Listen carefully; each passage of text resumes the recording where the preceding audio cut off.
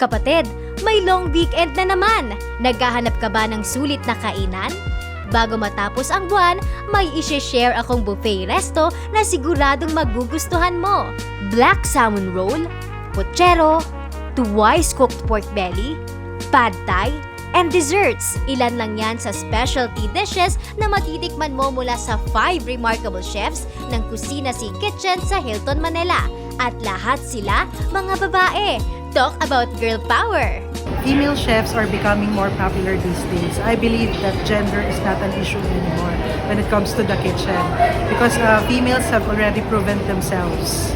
There's equality in each and every one of us, so women stand out as much as men do. Bilang pagdiriwang sa International Women's Month, tampok ngayon sa kanilang 10 Hands Culinary Series ang Western Kitchen, Japanese Kitchen, Asian Kitchen, Filipino Kitchen at Dessert Kitchen.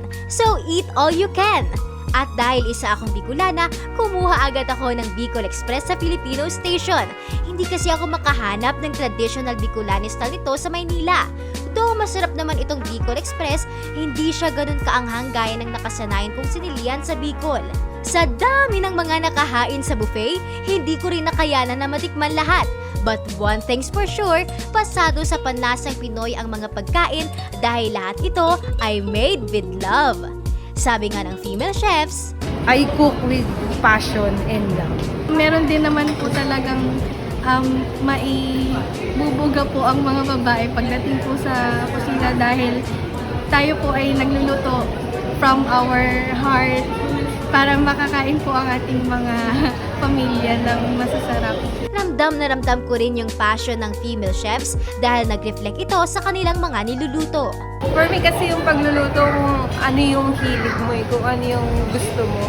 So, sinasabi nila, minsan pag wala ka sa mood, yung kalakalabasan ng pagkain mo is hindi rin masarap. So, talagang nasa sa atin yun kung masaya ba tayo sa ginagawa natin or hindi.